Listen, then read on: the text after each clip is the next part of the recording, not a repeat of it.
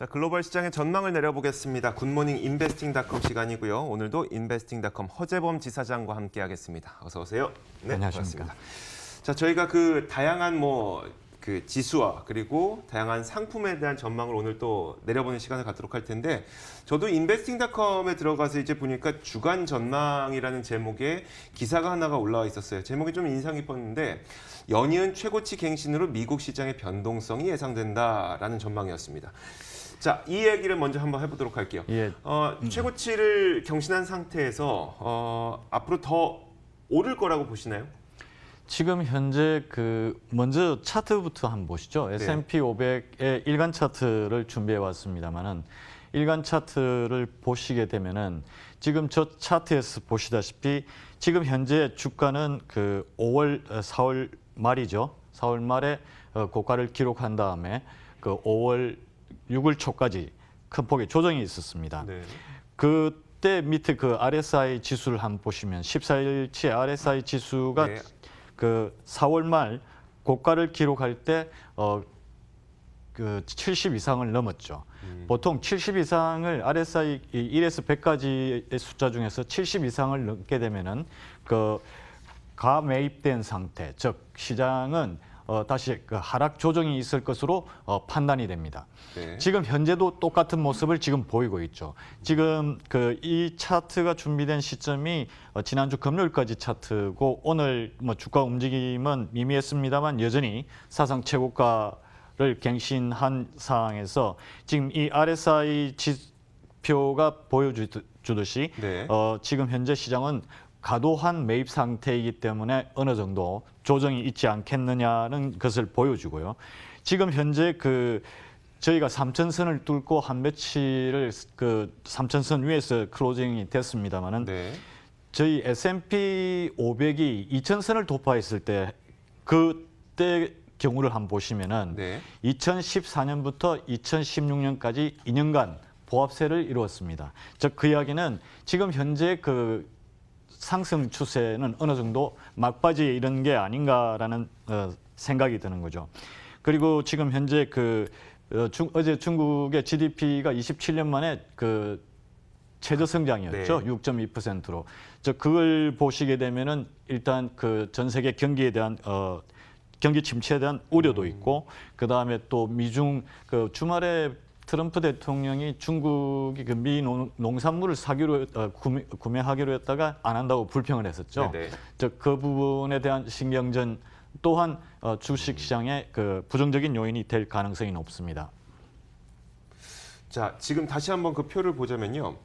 RSI라고 하는 것이 투자자들이 얼마나 주식을 많이 사들였냐, 그렇죠. 그리고 많이 팔았냐를 보여주는 거잖아요. 일종의 시장의 모멘텀을 보여주는 거죠. 그렇죠. 지금 이게 굉장히 절묘하게 잘 맞아 떨어지는 게 매이라고 표시되어 있는 5월 네. 부근을 보면 과매수 국면을 그렇죠. 돌파한 직후에 주식시장 하락하기 시작했고요. 예.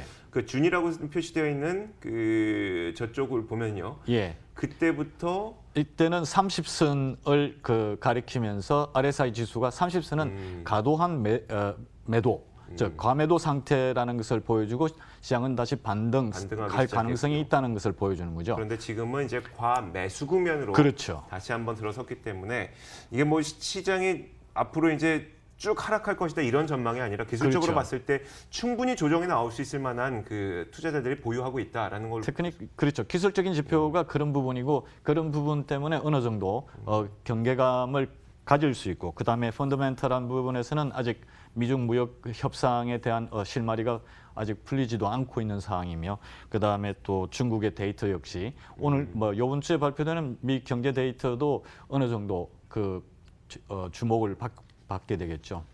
알겠습니다. 자, 이런 가운데 채권 금리는 어떨지도 한번 살펴보도록 하겠습니다. 왜냐하면 금리 인하 가능성이 얼마나 높아지는 거야라는 논란이 있을 때까지만 하더라도 10년물 채권 금리가 2% 밑으로 떨어질 만큼 많은 사람들이 경기에 대한 불확실성 때문에 채권을 많이 사들였었거든요. 근데 다시 이게 금리가 이제 거의 기정사실화, 이 금리 인하가 그렇죠. 기정사실화되면서 다시 채권을 좀 팔기 시작해서 지금 2.1 정도까지 다시 채권 금리가 올라온 상태입니다. 채권 수익률이 그 정도 수준으로 나오죠. 근데 오늘 월요일 날 미국장 오늘 새벽에 마감했습니다만 그 장을 보면 역시 채권에 대한 그 구매 네. 매수 세력이 여전히 강합니다. 지금 그 주식 차트에서도 보셨다시피 주가가 연일 고가에서 어느 정도 소폭 행보 국면을 보이는 반면 그게 주가가 너무 그 최고가에 이르지 네네. 않는 경계감은 결국 채권으로의 그 수요를 더 크게 만들죠.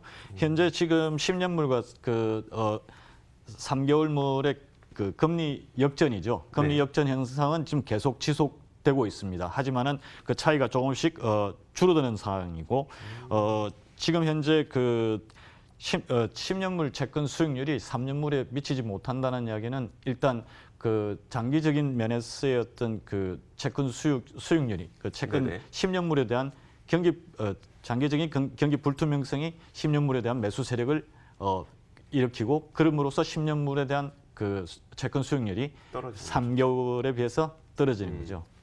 원래는 이제 이론적으로는 우리가 돈을 오래 빌리면 오래 빌릴수록 금리 금리가, 이자를 예. 더 많이 줘야 되잖아요. 그렇죠, 예. 그 지사장님이 저한테 뭐 10년 동안 돈 빌려달라고 하는데 제가 1%만 받고 빌려드릴 수는 없고 저는 적어도 한 10% 정도 받고 싶긴 한데 어쨌든 장기 금리는 단기 금리에 비해서 높을 수밖에 없습니다만 미래 경기가 불투명하다 보니까 자꾸 장기 금리가 단기 그렇죠. 금리보다 낮은 현상들이 좀 이어지고 있는데 지금 이 차이가 좀 축소되고 있다고 말씀하셨어요. 그렇죠, 예. 어떤 의미를 찾을 수가 있을까요? 일단 그 부분은 어느 정도 그 단기물에 대한 수요도 같이 병행하고 있지 않나라고 보고 있습니다. 일단 그 10년물의 채권 수요, 채권 그 구매 매수 수요가 어느 정도 네네. 과도한 움직임에서 어느 정도 시장의 상황을 반영하고 있듯이 조금씩 그 정상적인 매수 세력으로 돌아서지 않나 보고 있습니다. 그러니까 지금까지는 10년물에 대한 채권 매수가 굉장히 강했죠. 많았다면, 예. 그러니까 미래 경기에 대한 불확실성이 워낙 불투명하다 그렇죠. 보니까 10년물 채권 매수가 많았다면 이제는 단기물에 대한, 단기물까지 예. 3개월물까지 많이 사들이다 보니까 이게 좀 정상화되고 그렇죠. 있는 예. 국면으로 보인다라고 하는 겁니다. 자, 이렇게 될 경우에는 그럼 우리가 사실 장단기 금리 차의 역전 현상을 가장 우려하는 이유는 장단기 금리 차가 발생한 이후에 뭐 못해도 한 1년에서 길게는 한 2년 뒤에면은 경기 위기가 침체, 항상 예. 찾아오더라라는 거잖아요. 그렇죠. 이런 걱정은 좀 덜어도 된다는 지금 걸까요? 현재로서는 그 아래 공포라고 하죠. 소위 네네. 그 경기 침체에 대한 공포 우려는 아직 나타나지는 않고 있습니다. 그 부분은 지금 현재 미국을 위시한 양적 완화죠. 지금 현재 미국은 금리를 올리면서 그 채권 시장의 경기 부양책에 썼던 그 자금을 해수를 마쳤습니다만은 네. 그 유럽이나 아직 일본 쪽은 그런 경기 부양책, 양적 완화라는 부분들이 아직 남아 있기 때문에 시장이 조금 이상적인 형태를 보이는 거죠. 그 때문에 이런 금리 역전 현상이 생겼다고도 볼 수 있습니다. 네, 알겠습니다. 그래서 경기 침체 전조로 지금까지 판단하기에는 좀 어렵다고. 아직 이릅니다. 네, 예. 알겠습니다. 자, 이번 주에 우리가 놓치면 안 될 이벤트들을 몇 가지 좀 짚어주시면 좋을 것 같습니다. 이번 주에 우리가 글로벌 시장을 바라볼 때 이것만은 꼭 알고 있어야 된다. 이벤트를 좀 짚어주시면요. 예, 다른 호주나 또는 유럽도 있겠습니다만 가장 저희가 주목해야 될 것은 오늘 저녁이죠. 미국의 핵심 소매 판매 지수 그리고 지난주 수요일 목요일에 이어 제롬 파월 연준 의장이 연설이 오늘 밤에 있을 예정입니다. 혹시 그 핵심 소매 판매가 우리가 흔히 얘기하는 PC 지수 그거 말씀하시죠? 코어 CPI, 네. 소매 판매 지수죠. 네. 핵심 리테일 세일이 되는 네네. 거죠. 이 부분은 지금 현재 0.5%에서 0.1%로 하락할 것으로 지금 시장에서는 예측을 하고 있습니다. 네, 그 외에도요. 그 외에 화요일은 지금 그 핵심 소매 판매 지수하고 제롬 파월 연준 의장의 연설 그리고 수요일은 그 신규 건축 허가건이 발표가 되죠. 이건 미국입니다만. 그리고 원유 재고가 발표됩니다. 그리고 목요일에는 필라델피아 연은 제조업 지수가 발표가 되죠. 이 제조업 지수는 일단 0.3에서 0.5로 상승 전망을 보이고 있습니다.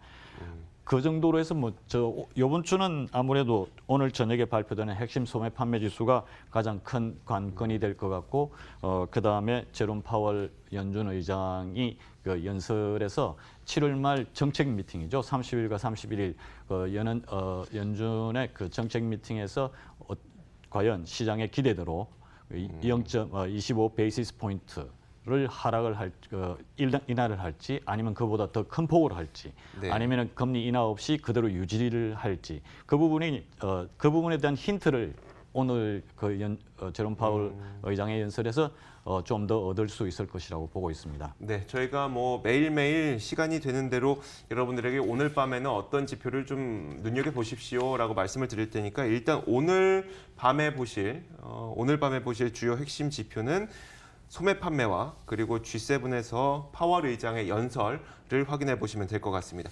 자, 마지막으로 한 가지만 더 짚고 이제 시간을 맞춰야 될 것 같은데 저희가 이 시간을 통해서 원유 시장의 전망을 굉장히 좀 많이 다루긴 했습니다만 네. 지금 아직도 허리케인 베리가 영향권 안에는 있는 상황이라서요. 이거 한번 전망을 좀 내려볼긴 할 텐데요. 이게 또 이 영향이 좀 빠르게 줄어들고 있어서 원유 시설의 생산 가동도 빠른 시일 내에 정상화될 수 있다는 이야기가 나오더라고요. 그렇죠. 처음에는 열대성 저기압 베리가 네. 허리케인급으로 상향 조정이 되었고 루이지아나 연안을 상륙을 하면서 네네. 다시 열대성 저기압으로 하향 조정이 되었기 때문에 그렇죠. 지난 2017년에 하비 허리케인처럼 큰 영향을 주지를 못하는 것으로 지금 평가되고 있습니다. 즉 어제 유가가 지금 차트에서는 지금 현재 차트에서 보여주는 것은 피크와 피크, 그 다음에 골과 골이죠. 네. 그게 삼각형 형태를 맞추면서 지금 어느 정도 가격이 정점에 와 있다는 이야기입니다.